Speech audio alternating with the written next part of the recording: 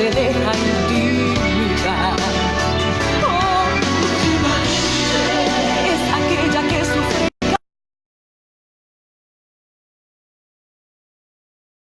y no vuelve a dar un paso atrás. Eres tú esa mujer valiente que me escuchas y te identificas. Sabes que han sido grandes las pruebas, pero mantienes tu vista arriba. Eres tú esa mujer valiente que ante Dios vacío las rodillas, porque sabes que cuando le clamas, tu victoria siempre la conquistas. Eres guerrera como Débora, eres humilde como Ruth Moabita, eres valiente como reina Esther y escogida como fue María. Como Dorcas eres servidora, Dios te dio gracia y sabiduría, y lo especial es que de tu simiente nació el Señor, el Cristo, el Mesías. Eres guerrera como Débora, eres humilde como Ruth Moabita, eres valiente como reina Esther y escogida como fue María. Como Dorcas eres servidora. ¿No encuentras el regalo perfecto con un mensaje de parte de Dios para regalar? ¿Estás pensando en comprar una Biblia o un libro que te ayude a ti, mujer, joven, varón, señorita, en tu vida práctica cristiana? Pues no busques más. En Librería Ebenecer contamos con tazas, playeras, Biblias, libros, discos, entre muchas cosas más. Recuerda, estamos ubicados en el 18 y 19 carrera número 210 frente al estadio. Atendiéndote en un horario de lunes a viernes de 10 de la mañana a 8 p.m. y los sábados de 10 de la mañana a 6 p.m. Somos una librería que entiende y atiende tus necesidades. Librería Ebenecer.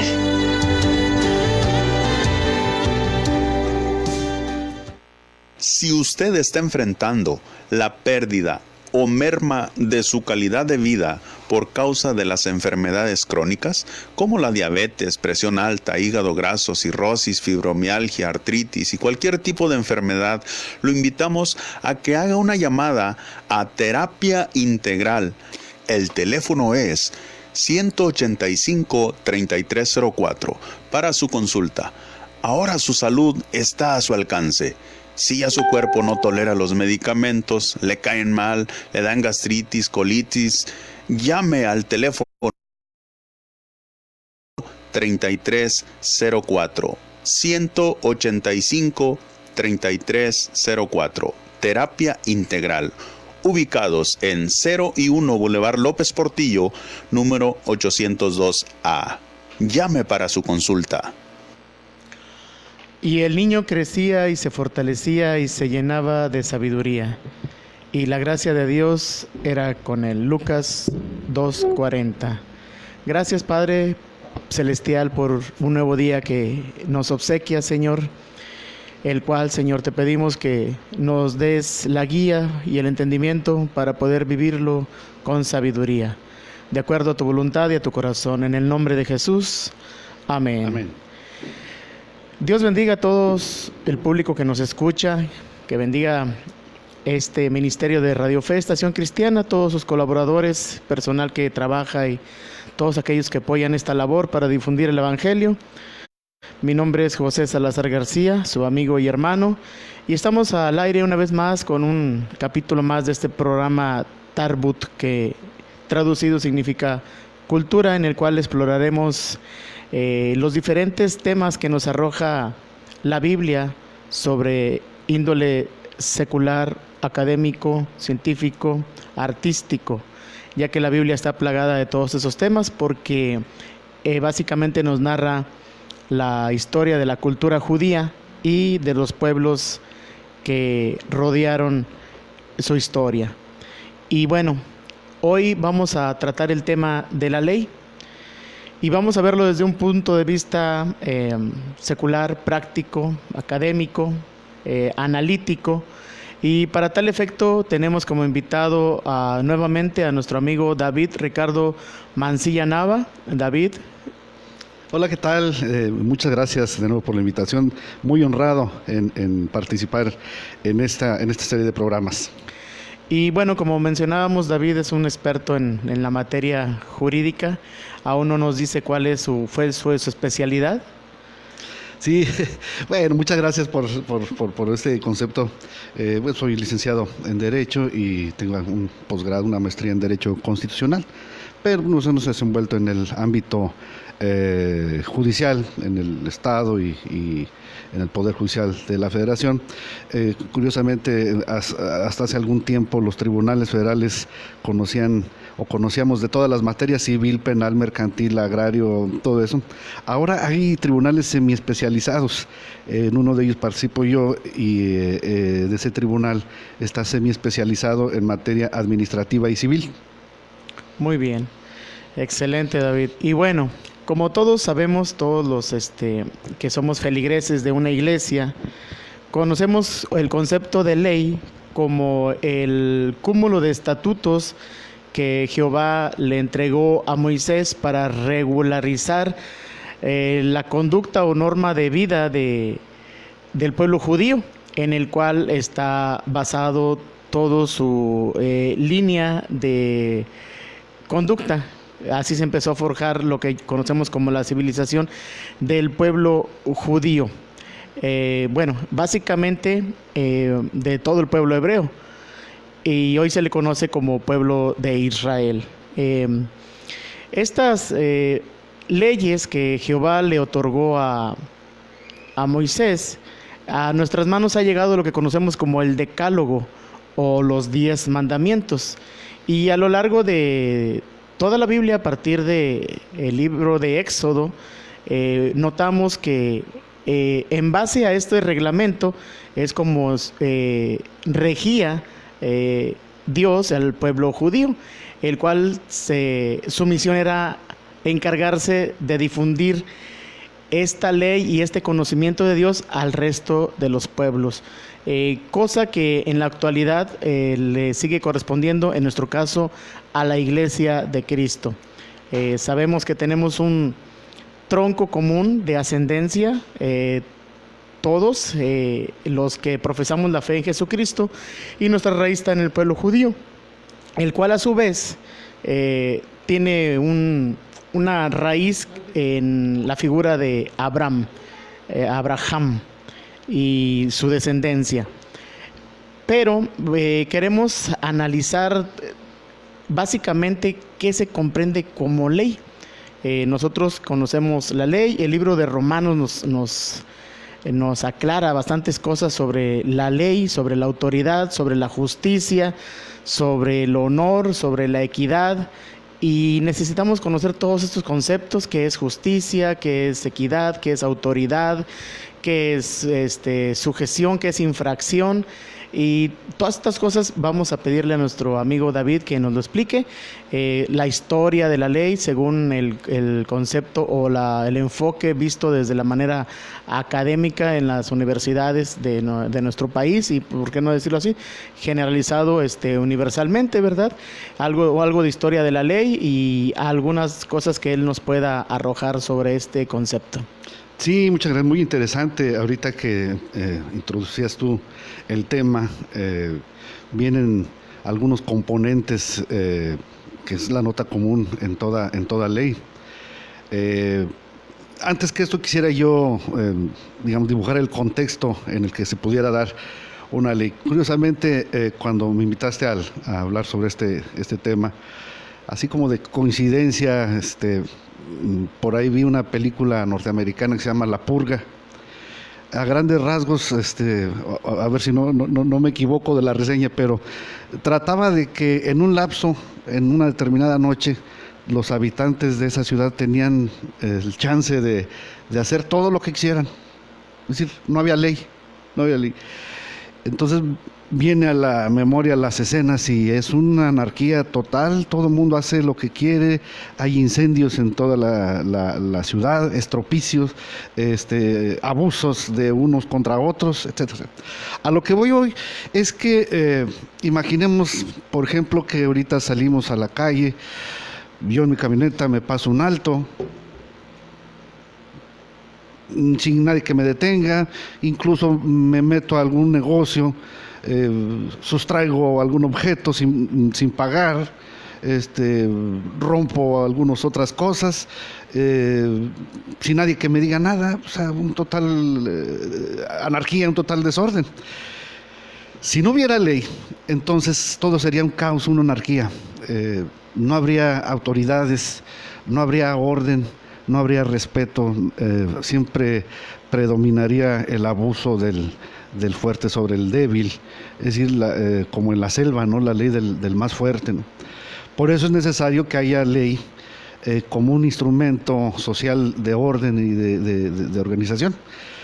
La ley, desde luego, hablando de una jerarquía o de categoría de leyes, en las ciudades, en los países, tenemos una ley magna que se llama Constitución, que es, digamos, visto jerárquicamente, es la ley de leyes, la ley superior sobre la ley, sobre la Constitución. No hay nada, todas las leyes que emanan de la Constitución son de nivel o de rango inferior, pero digamos que la ley central o la ley suprema es la Constitución en todos los países. Por eso es que fue muy importante, regresando a los tiempos de Moisés, que hubiera un instrumento, una línea de orden, de organización. Imagínense ustedes nada más aquellas escenas, y hay varias películas, ¿no?, de Moisés en el Éxodo, para controlar a todo ese pueblo, que no necesariamente eran pues personas con una cultura, pues eran esclavos, tenían una educación muy elemental, para controlar todo ese gentío. Habría que tener organización, habría que tener cierto tipo de autoridades, habría que tener ciertos líderes que se sujetaran a uno que fuera el líder general, en este caso Moisés, ¿no? Entonces, digamos, de manera espontánea, el ser humano es proclive a darse sus propias normas, sus propios reglamentos. Cuando uno llega, ahorita por ejemplo, llegué a este recinto, y aunque no hubiera un anuncio, no me puedo estacionar enfrente porque tapo el acceso a los de la casa, ¿verdad? Igual, ya sabemos con los vecinos que en este pedacito, en este tramo, no me puedo estacionar porque es donde le corresponde, esa área de la calle donde le corresponde al vecino. Esto tiene mucho que ver con aquel principio de que mi derecho termina donde empieza el tuyo. Y en esta regulación de interacciones sociales es necesaria la existencia de una ley. Curiosamente, el general de las personas, tenemos la idea de que la ley es algo así como que un ogro, como que algo, no sé, algo represor, ¿no? Anda buscando la ley, ¿no? Sí. Cuando la ley es todo lo contrario, tiende a la organización, tiende al orden, y eso es algo sumamente positivo. Ok, muy bien. Mencionabas que en el Éxodo, pues, es lógico, ¿verdad?, llegar a la conclusión de que tenían una educación muy elemental, ya dado que eran esclavos, ¿verdad? A diferencia de Moisés, que aunque era hebreo, fue criado en casa de Faraón, recibió una educación muy alta para su tiempo, o sea, era, por decirlo así, el hijo adoptivo de la hija del Faraón. Entonces su nivel académico era muy superior incluso hasta el de los mismos egipcios. Y esto hay que hacer hincapié que para un liderazgo en cualquier ámbito hay que estar sumamente preparado, incluyendo dentro de la iglesia. O sea, Moisés fue elegido por Dios precisamente por estas situaciones. O sea, Dios no iba a escoger ahora sí a cualquiera, ¿verdad?, sino que alguien que tuviera las aptitudes, las características, la capacidad del líder. Aún así, para despertar el liderazgo en Moisés, tuvo que pasar muchas tribulaciones, mucho tiempo, aún más allá de su preparación académica en casa de Faraón. Entonces, precisamente esta es la línea del programa, ver que tenemos que buscar, escudriñar más allá y estar preparados muy bien en todos los temáticas o temas que nosotros estamos manejando en este trabajo. Y para esto, como también tenemos público que nos escucha de todos los estratos sociales, me gustaría que nos explicaras un poquito o aclararas el concepto de, viste una película que se llama La Purga, entonces no todos vamos a identificar esta palabra con el mismo concepto. Entonces explícanos un poco sobre lo que es el concepto de purga, anarquía y constitución. ¿Qué diferencia también hay entre constitución e institución? Oh, sí, claro, sí. Muy atinado tu observación. La purga, no sé por qué le llamarían así. Normalmente, pues una purga es algo así como que estamos desechando todo lo malo, ¿no? O estamos limpiando algo. Cuando uno al mecánico dice, voy a purgar los frenos, ¿no? Es decir, vamos a extraer todo el líquido para ponerle uno nuevo y que funcionen correctamente, ¿no? Igual cuando uno anda malito de la panza, pues hazte una purga para que te limpies el aparato digestivo y sanes, ¿no? Algo así, desde luego esto es una metáfora, entiendo yo, una metáfora, y también porque de los títulos en inglés las traducciones no son muy afortunadas en ocasiones, pero ahí creo que se trataba de limpiar todos los elementos malos o perniciosos o darles esa oportunidad a unos ciudadanos de que se vengaran de otros que les habían hecho... Una selección de personas. Es algo así por el estilo. Una purga es una selección para que no nos malinterpreten, ¿verdad? Es correcto. ¿Y anarquía? Anarquía, bueno, anarquía es desorden. Es desorden. Es todo el mundo hace lo que quiere, cuando quiere, como quiere, contra quien quiere, el sinónimo de anarquía es desorden. ¿Y su antónimo o su contrario, monarquía? ¿Qué es monarquía? Bueno, la monarquía es el gobierno ejercido por un rey. En contraposición o el contrario de la monarquía es la democracia, que es el poder ejercido por el pueblo, ¿no? Por cierto que esta clasificación la hacía Platón, la anarquía, la oligarquía, la democracia. ¿Qué es la oligarquía? La oligarquía es el ejercicio del poder por una clase distinguida, preparada. Ah, muy bien. Monarquía, oligarquía y anarquía. Anarquía, bueno, pues en anarquía no hay nada, ahí es un desorden. Hay otra palabra que está relacionada, es utopía. ¿Qué nos puedes decir sobre utopía? La utopía, pues el sinónimo es como algo como sueño, como un ideal. Un filósofo inglés, Tomás Moro, establecía la utopía. Era como que un gobierno ideal.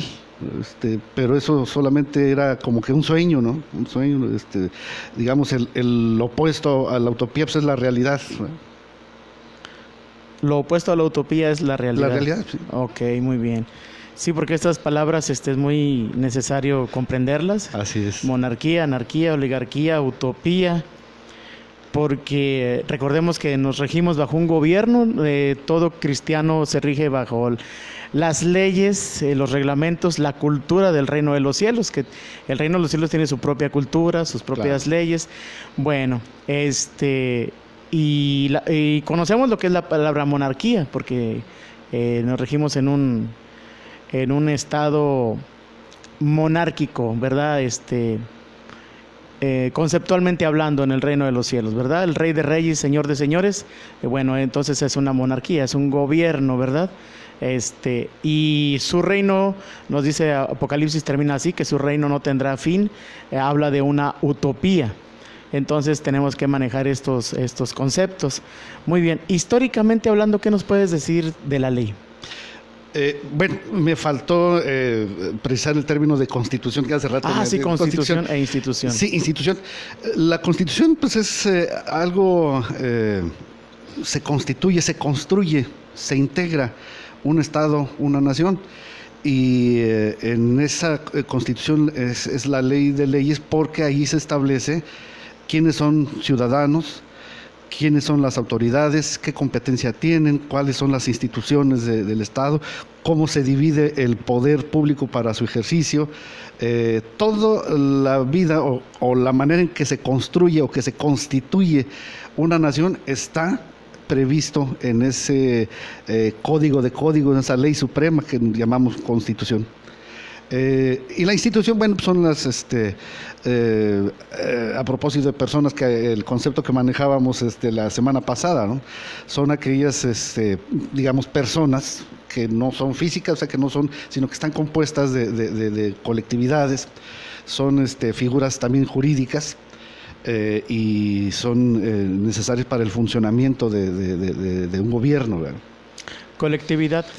Colectividad, bueno, es un grupo de personas que al reunirse, al aglomerarse, se instituyen en una persona distinta de cada uno de los componentes. Por ejemplo, no sé, las asociaciones civiles, las asociaciones mercantiles, que están compuestas por varios elementos en lo particular, pero al reunirse ya transforman o se erige en una persona distinta de cada una de las individualidades que lo componen. ¿La diferencia o relación entre civil y mercantil? Bueno, civil, pues son los tratos que tenemos cotidianamente, ¿no? No sé, cuando vamos a hacer un contrato de arrendamiento, un contrato de compraventa, una permuta, es decir, un cambio de cosa por cosa. Y las cuestiones mercantiles son las que ejercen las personas que hacen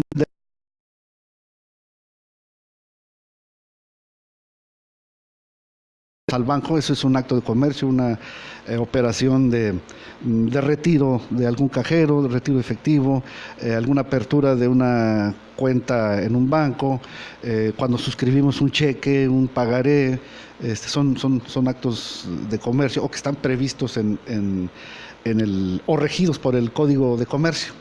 Ok, muy bien. Entonces, ¿qué crees conveniente empezar por explicarnos un poquito sobre lo que es la ley o por la historia de la ley? Bueno, es que abarca muchos temas y lo complicado de esto es que al parecer es simple, pero ¿por dónde le entramos? Sí. Antes que eso, yo quisiera resaltar que la utilidad que nos brinda cualquier ley es lo que comentábamos la semana pasada, es el Estado de Derecho. Es decir, nos da certeza y seguridad en torno a algo. Porque, como se dice coloquialmente, con la ley en la mano y ya sabemos a qué atenernos. Si no existiera una ley, algo que rija determinado acto, es decir, no sabemos qué va a pasar, a qué nos vamos a tener, si alguien no me cumple o si yo no cumplo, qué sanciones vamos a tener, quién va a ser la autoridad competente para determinar si hubo incumplimiento o no con relación a determinado acto, etcétera. Entonces, lo que nos da la ley, el Estado de Derecho, es la certeza y seguridad jurídica de todas las actividades que hacen las personas, ¿verdad? Cualquier actividad que hagamos dentro de una sociedad está regida por la ley. Es correcto. Incluyendo hasta el matrimonio, los divorcios, los nacimientos, las defunciones, la escolaridad, el trabajo. Debemos de comprender que todo está regido por una ley. Es correcto. Nada escapa al escrutinio de la ley. Bueno, al acto de no cumplir con lo establecido por la ley, ¿cómo se le llama?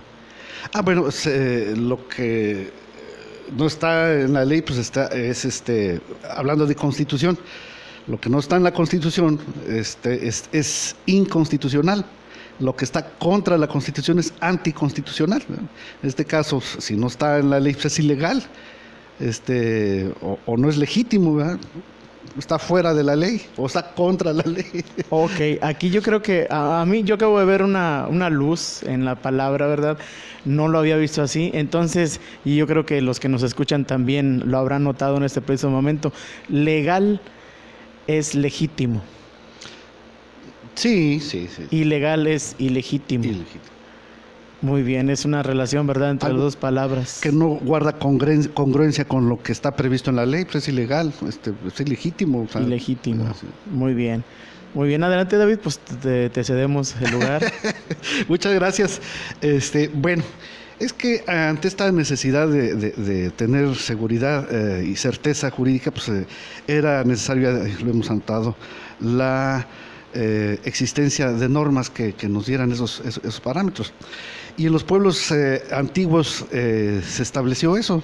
Acabamos de aludir a la ley de Moisés, los 10 preceptos, los 10 mandamientos.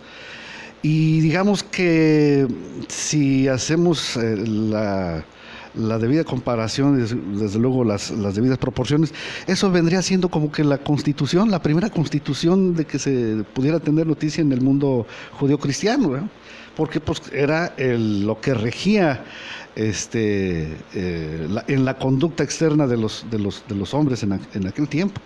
No había otra, o alguna otra que le superara, y desde muchísimo tiempo después, bueno, ya Jesucristo dijo: miren, es correcto esa ley, pero yo les voy a dar 2 preceptos: amarás a Dios sobre todas las cosas y a tu prójimo, ¿verdad? Amarás a tu prójimo como a ti mismo. Como a ti mismo. Entonces, todos esos 10 preceptos, muy inteligentemente, muy brillantemente, como es propio del maestro nazareno, los resumió en 2, porque el que ama a su prójimo, pues no le anda robando, no le anda ofendiendo, etcétera, etcétera. Y sobre todo el precepto de preceptos: amarás a Dios sobre todas las cosas. Bueno, después en los pueblos antiguos tenemos el ejemplo de los romanos, ¿no? También curiosamente se habla de 12 tablas, y por cierto que en el pueblo romano es donde mayor evolución o mayor importancia tuvo el desarrollo de las instituciones jurídicas. Ahí se establecía en esas 12 tablas pues muchas cuestiones, por ejemplo, las autoridades, la institución del Senado como un cuerpo legislativo que era compuesto por personas de más edad, era como una especie de consejo de ancianos en los que se apoyaba la monarquía de aquel tiempo, ¿no? En un principio la república, y después ya el imperio, la época del imperio. Era un cuerpo legislativo muy, muy respetado, porque era donde se movía toda la política. Y además en las 12 tablas se establece la categoría de ciudadanos. ¿Quiénes eran ciudadanos? En aquel entonces todavía se manejaba la esclavitud. ¿Quiénes tenían la condición de esclavitud? ¿Cómo se perdía la ciudadanía? ¿Cuáles eran los actos civiles, los actos penales? Es decir, los actos que nos podrían dar o conducir a una capitis de minutio, es decir, a una disminución de la capacidad de ejercicio. Traducido en este tiempo a los que iban a la cárcel, ¿verdad? Igual las cuestiones civiles, lo que era el concepto de propiedad, el concepto de posesión, todas estas cuestiones que no estaban sino o que derivaban de esa ley concentrada en las famosas 12 tablas. Aquí es importante resaltar que cuando uno dice ley puede haber dos niveles de referencia.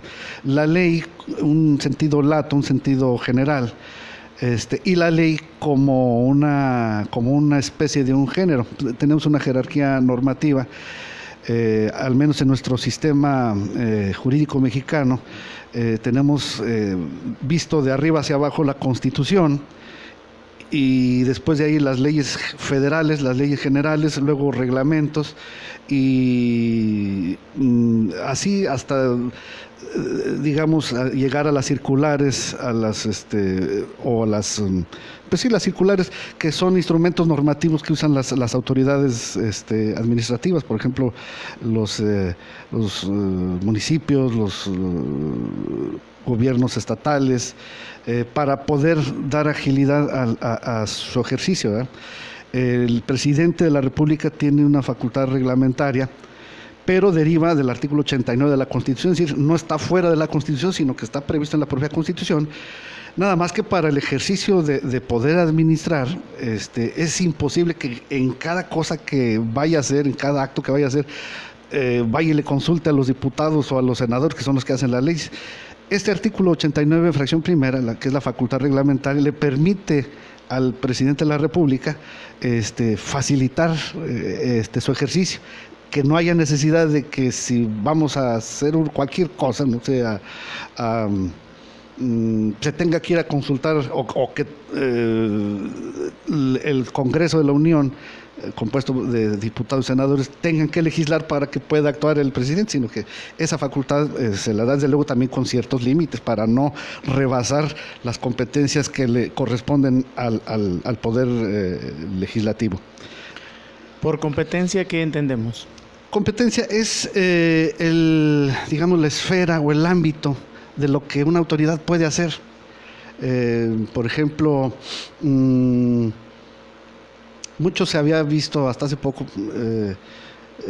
autoridades o, por ejemplo, policías estatales no podrían infraccionar por o multarte por una infracción de tránsito, porque el catálogo de facultades de ellos quizás no viene infraccionar a alguien porque se pasó un alto o decir lo que es puramente de tránsito. Ahora ya hay ciertos convenios o más bien convenios de colaboración entre las fuerzas policiales, de manera que sí en un momento dado pudieran colaborar en esa situación, pero hasta hace unos años no era así. Oye, ¿por qué me detienes tú? Si tus funciones son otras. Esto es una infracción de tránsito, que me venga y me multe el tránsito, pero tú no, ¿verdad? Igual, en otro ejemplo podríamos decir, hablamos ahorita de la facultad reglamentaria. Si el presidente de la República ve la necesidad de que se haga determinada obra, él no podría legislar para hacer eso, sino que tendría que esperar a que saliera alguna ley expedida por el Congreso para que la pudiera aplicar en la ejecución de ese acto de gobierno, ¿verdad? Muy bien. Buscamos esclarecer ley en un término más, no en un término, está muy bien. Nada más, por ejemplo, el pueblo egipcio ya tenía su ley, a ver si me puedo explicar, y Faraón regía bajo su propia ley. Esta pudiera no ser favorable para toda la ciudadanía, sino que era algo salido de él, ¿verdad? Algo que él impuso y decretó como ley, ¿verdad? La diferencia de leyes, por ejemplo, una ley, por ejemplo, como la del derecho romano, a la de cualquier otro pueblo, por ejemplo, un dictador que impone su ley, ese tipo de diferencia, ¿cómo se le llama? Bueno, eso es muy oportuno esa observación. Esto va muy de la mano con los artículos, creo que es 40-41. Aquí traigo mi constitución. Ahorita lo checamos para no cometer errores. Pero se establece la forma de gobierno de nuestro país es federal, tiene división de poderes, es democrática, entre otros factores. ¿Qué pasaba en aquel entonces? Bueno, es que no había división de poderes. La idea o la teoría de la división de poderes viene con estos pensadores del siglo XVI o XVII, Montesquieu, no sé pronunciar bien el francés, pero se escribe Montesquieu, Thomas Hobbes, que decían que cuando los poderes se concentran en una sola persona, se incurre en abuso. Por eso era necesario que ese poder, que era omnímodo, concentrado en una sola persona, se dividiera para su mejor ejercicio y evitar el abuso. Por eso, a partir de esta teoría de Montesquieu, sale el poder ejecutivo, el legislativo y el judicial.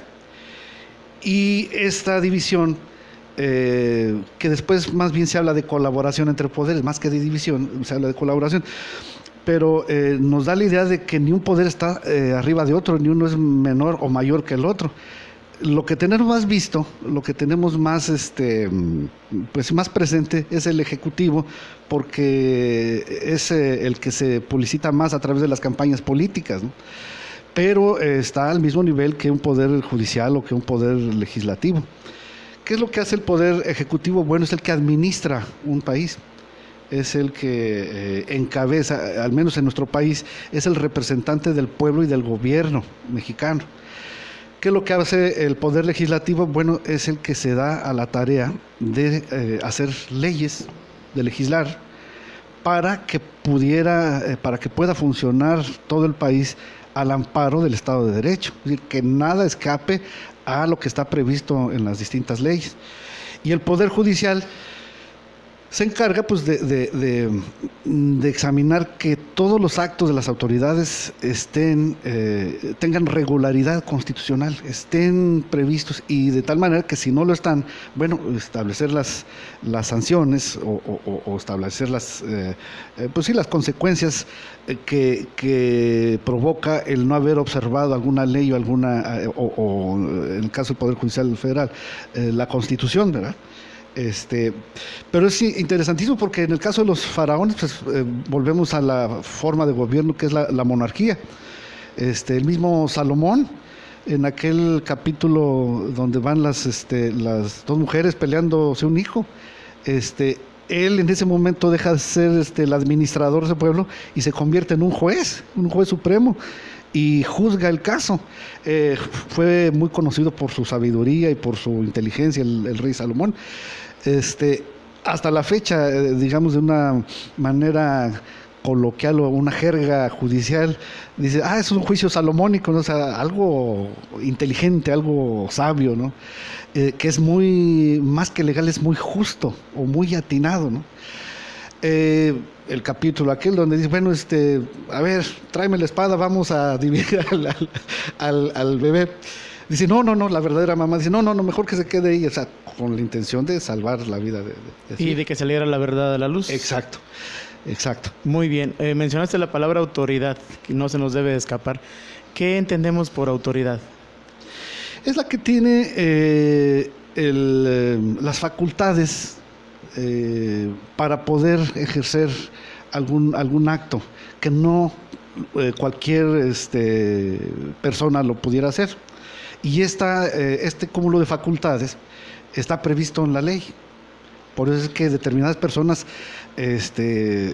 solamente pueden ejercer ello, y esto es a través de un nombramiento que lo da alguna otra autoridad, o los poderes legal y constitucionalmente instituidos son los que pudieran dar ese nombramiento, y a través de ese nombramiento hacer esos actos legalmente, ¿verdad? Voy a parafrasear, retomando la Biblia, un pasaje que nos menciona la palabra autoridad. Esto con un destino al ciudadano, ¿verdad? En este caso el ciudadano del reino de los cielos. Es Romanos 13, versículo 1 y 2, y parafraseado para hacerlo tipo conversación, que nos puedas dar un comentario. Dice que nos sometamos toda persona a nuestras autoridades superiores, porque no hay autoridad sino que las que existen por Dios son impuestas. Aquel que atente contra la autoridad, contra lo establecido por Dios atenta, acarreando maldición para su persona. ¿Qué comentario nos puedes hacer sobre este versículo?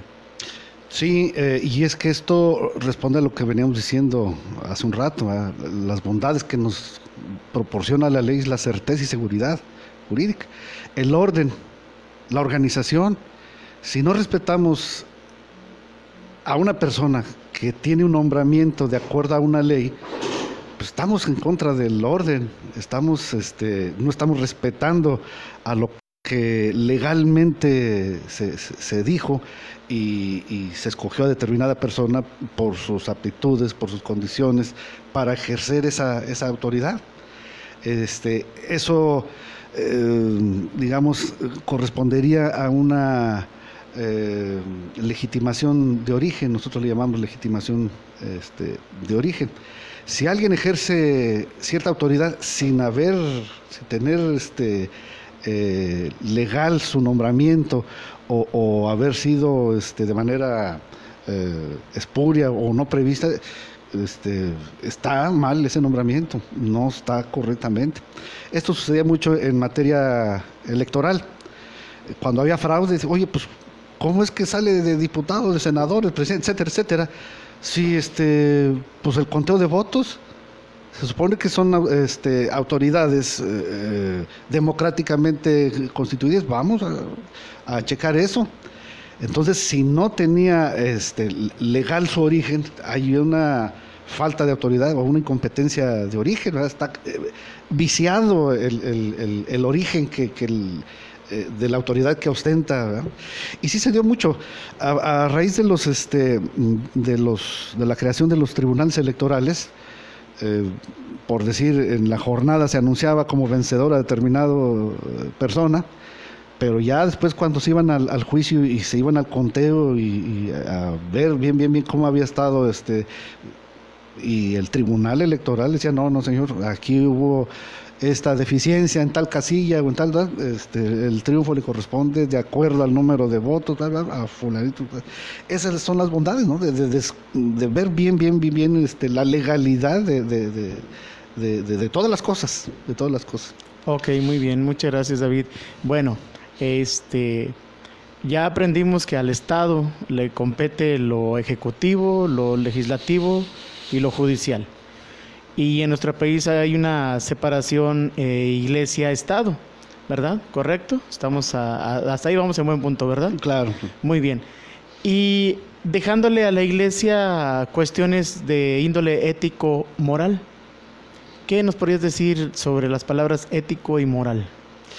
Bueno, este paralelismo, dos instituciones, gobierno y Estado, lejos de estar contrapunteados, creo que se complementan.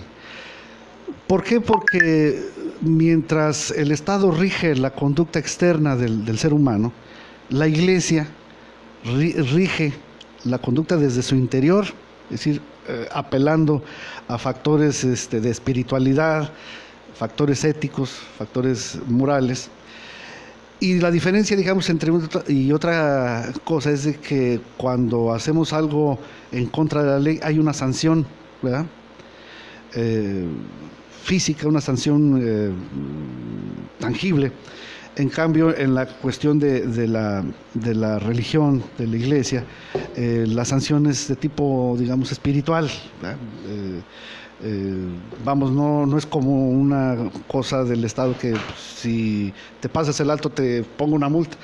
Realmente la sanción sería de tipo espiritual, el arrepentimiento, el pedir perdón, cosas que van al ámbito de la espiritualidad, ¿verdad?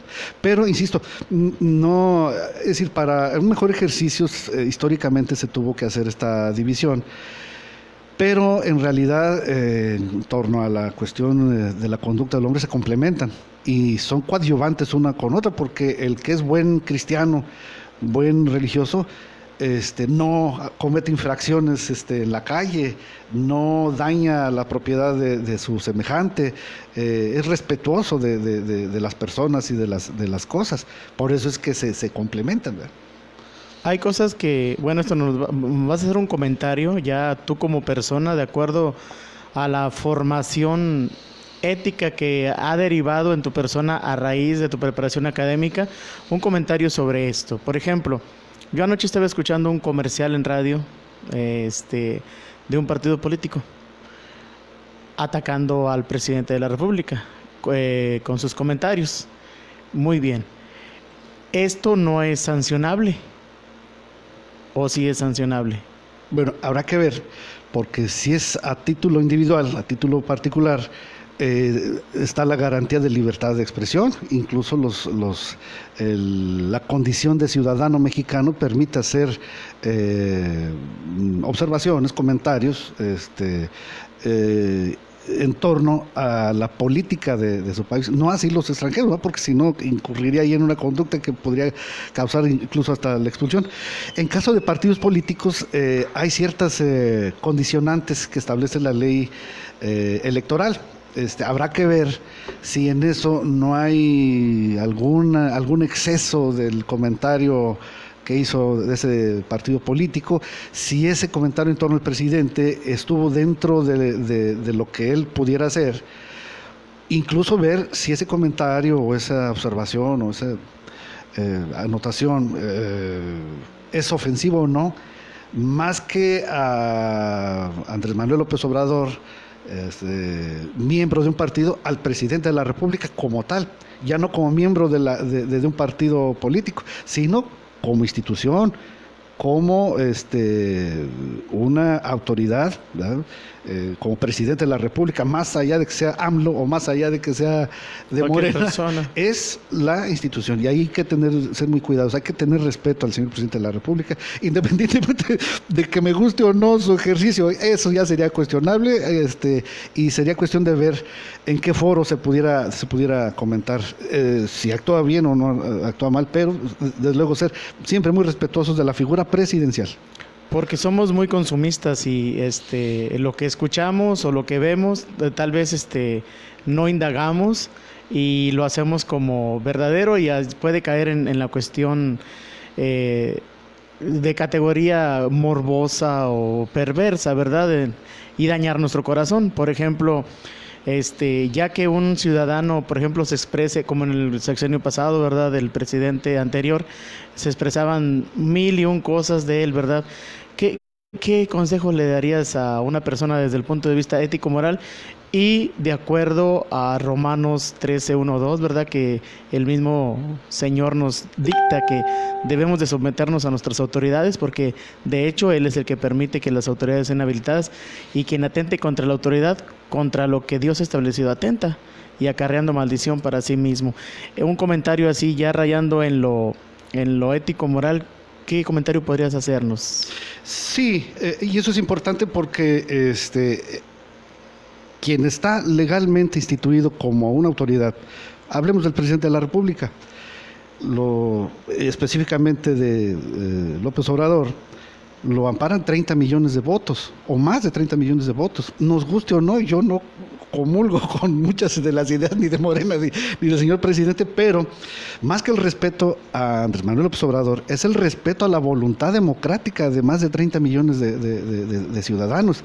Es decir, 30 millones lo escogieron a él, entonces la voluntad del pueblo traducida en el presidente de la República. Entonces, más allá de ofender a López Obrador o de Moreno y todo eso, ser muy respetuosos de la figura presidencial, hacer esa distinción y no guiarse porque está canoso, porque habla de una manera muy peculiar. No, eso ya es lo primordial es respetar esa autoridad porque corresponde a la voluntad de más de 30 millones de ciudadanos, ¿verdad? No estamos ofendiendo a la persona del presidente, sino a la nación. Es correcto.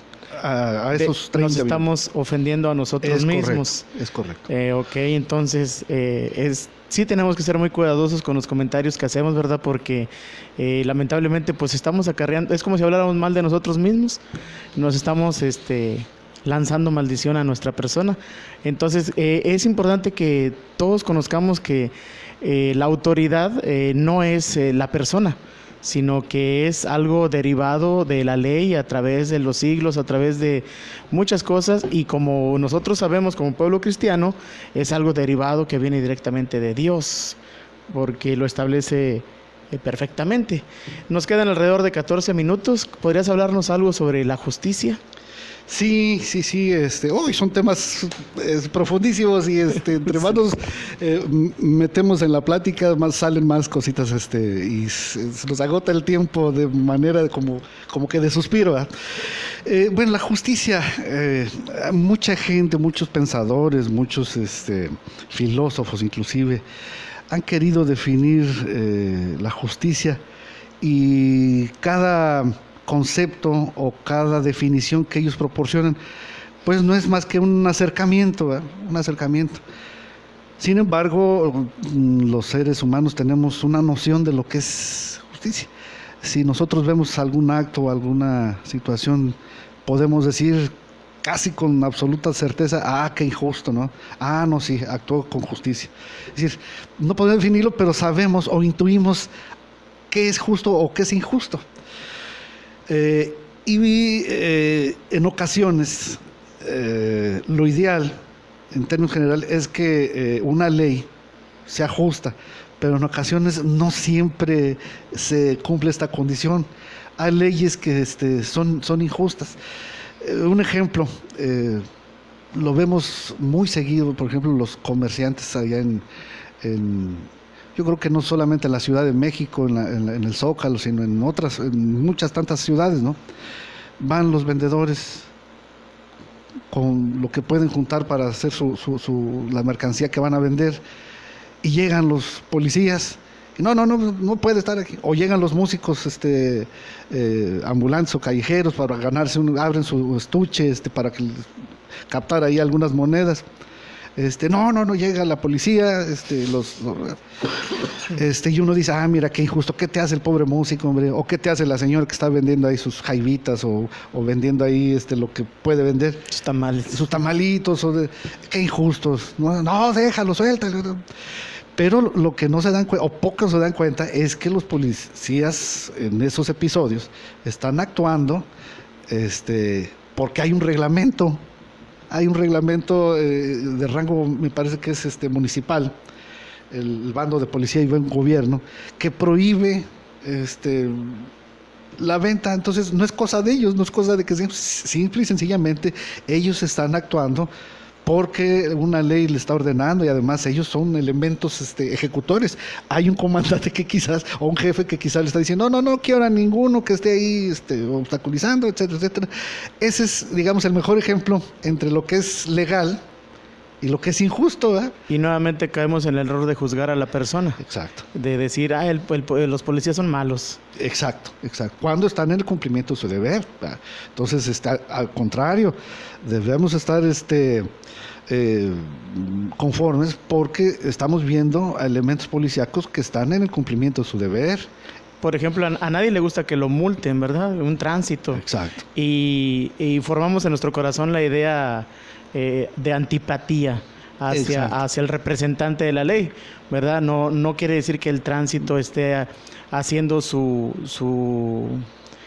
deseo, ¿verdad? Al hacer este acto de multar o de poner una infracción de tránsito a una persona que, se saltó una regla de tránsito, sí, ¿verdad? Así es. Entonces, debemos de estar conscientes de que todo forma parte de un orden, de un sistema de ley, ¿verdad? Es correcto. Y no dejar que nuestras emociones nos gobiernen y caer en situaciones que pudieran degenerar en nuestra perversión ético-moral, ¿verdad? Para con el resto de la sociedad, en este caso, los encargados de ejecutar la ley, ¿verdad? ¿Está bien lo correcto? Sí, y tocas elementos, componentes de la norma. Regresando al concepto del Estado de Derecho, la certeza y seguridad jurídica, del saber, si hago esto, ya sé a qué atenerme, o no saber a qué atenerme. Hay elementos de la norma que es un supuesto y una consecuencia. Y eso nos genera certeza y seguridad jurídica. El supuesto aquí es de que si el reglamento de tránsito dice que me van a multar con tantos días salario mínimo, si me paso el alto, pues obvio que si lo hago, se me va a aplicar esa consecuencia. Y entonces el agente de tránsito no hace sino darle cumplimiento a ese supuesto y esa consecuencia. Pero nomás que pues uno quiere que se haga justicia en los demás, pero cuando se trata de uno, es injusticia. Sí, dame la mano, dame la atención, y no, pues es que te pasaste el alto. Aquí está en el reglamento. O sea, y yo estoy en el cumplimiento del deber. Para eso me escogieron, para eso me están dando un salario, ¿verdad? Por eso tengo yo la penosa necesidad de infraccionarte, ni modo. Y pues bueno. Y aquí surge otra palabra, yo creo que en la mente de todos, ¿verdad? La palabra corrupción. Sí, Karen, sí. Corrupción de la ley. Sí. Muy bien. La justicia se representa como una mujer con los ojos vendados, una espada y una balanza en la mano. ¿Qué nos puedes explicar sobre esto? Bueno, la justicia, por el género, ¿no? Femenino, del género del vocablo. Y está con los ojos tapados porque se supone que la justicia es ciega. Cuando eres ciego, es pareja la cosa. No haces distinción entre uno y otro, sino que aquí está, ¿verdad? Y la espada porque con esa ejecuta. la balanza porque significa la equidad, la igualdad entre los seres humanos, y en la balanza puede ver de qué lado se está, inclinando, ¿verdad? Cuando la balanza debe ser ecuánime, guardar la igualdad entre los dos contrapesos, ¿verdad? Así más o menos ¿cómo le llamamos? Metáfora, ¿no? De la justicia. La comparación. La comparación. Sí, la comparación y la metáfora son géneros literarios. Sí. Ya después tendremos a alguien que nos explique también, ¿verdad? Porque la Biblia está llena de géneros literarios. Sí, cómo no. Y para comprenderla mejor es necesario conocer por qué, ¿verdad? Bueno, 5 minutos,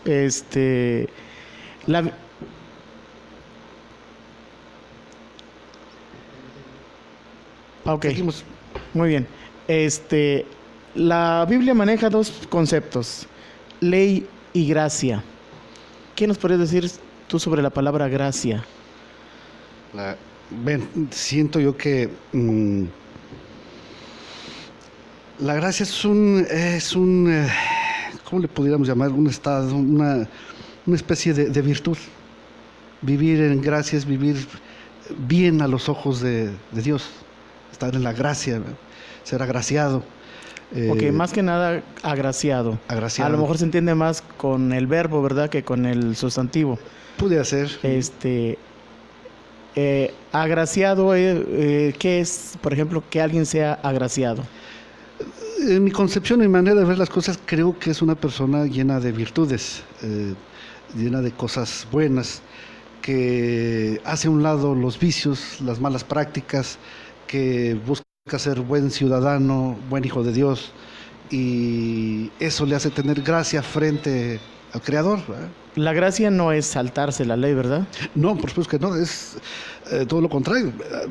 Dijimos al principio que la ley es un instrumento del orden, de la organización, entonces pues saltarse la ley de ninguna manera pudiera ser una gracia, ¿no? Al contrario.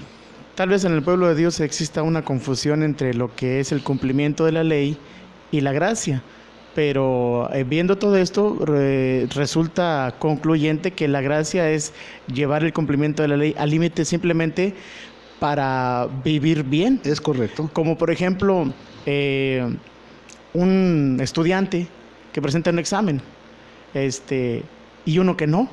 Los dos tienen que someterse al examen, solamente que la sensación no es la misma en los dos, entre el que estudió y el que no estudió, porque el que está cumpliendo la ley tiene la gracia de aprobar el examen y el que no estudió pues tiene la desgracia de no aprobar el examen. Hay una consecuencia, ¿verdad? Hay una consecuencia y esto lo dicta muy bien nuestro Señor Jesucristo.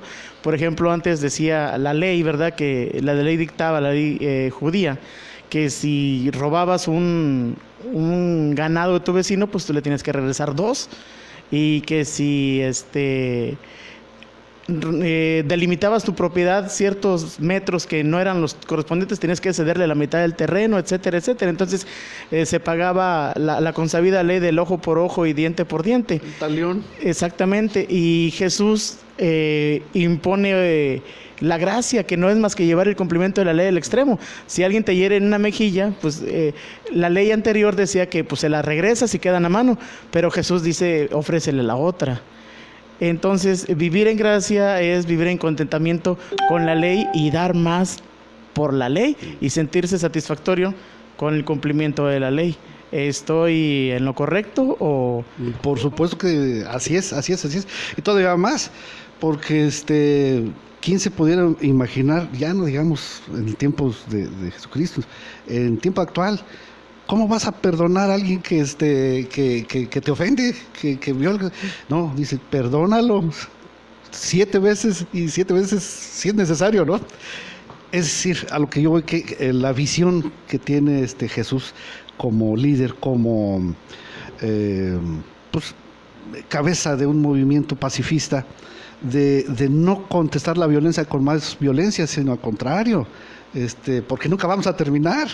Ingresamos en una espiral de venganza y eso nunca termina. En cambio, si das amor y si das perdón, pues vivimos en una sociedad sin conflicto, con orden, con organización, sin violencia, ¿eh? Y ojalá si fuera a propósito de la Navidad, ojalá que que la obra de Dios esté en los corazones de todos, ¿verdad? Ese es el mensaje de la Navidad. Amén, así es. Y bueno, entonces ya estamos dando por terminado esta emisión y bueno, le agradecemos a David que nos haya acompañado y nos haya compartido, ¿verdad?, de lo que Dios le ha permitido, ¿verdad?, lograr como persona en su trayectoria académica y laboral. Y por qué no decirlo así, también lo que como ser humano lo ha ennoblecido, toda esta preparación, toda esta experiencia que ha tenido a lo largo de su vida. Y bueno, no queda más que desearle que Dios le prospere, que Dios le bendiga, que siga usándolo, porque ya desde ahorita lo está usando, ¿verdad? Y que su familia nunca falte lo necesario en su hogar para que él pueda sentirse realizado, ¿verdad? Y que nuestro Señor lo guíe a donde sea su voluntad, ¿verdad? Que no sea la voluntad de David, sino que la voluntad de nuestro Señor se haga en la vida de David Ricardo Mancilla Nava. Y bueno, nos despedimos, David, ¿algunas palabras? Sí, pues por todo lo que has dicho ahorita, pues el agradecido soy yo. Yo les doy las gracias y muy honrado de estar aquí en tu espacio. Y para tus radioescuchas, mi mejor deseos en esta Navidad, que sus buenos deseos de fraternidad, de amor a Dios, siempre estén presentes en todos los corazones de los que nos oyen. Muy bien, gracias, David. Les recordamos que estamos al WhatsApp 834-11-67865, página de Facebook Iglesia Renacer Ciudad Victoria, Tamaulipas, donde les atenderemos todos sus comentarios, sugerencias y claro, en lo que esté en nuestras manos a ayudarles en cualquier ámbito. Que Dios nos permita hacerlo, estamos para servirles. Gracias te damos, Señor, por esta emisión que más que lograste impulsarnos, Señor, porque en ocasiones nosotros nos cegamos, Señor, a tus designios, imponiendo nuestros propios impulsos. Te damos la gloria, te damos el reconocimiento por darnos luz y entendimiento para poder buscar hacer tu voluntad de acuerdo a conforme a tu corazón. Gracias, Señor, por todo lo que tú eres y el amor que nos das, en el nombre de Jesús. Amén.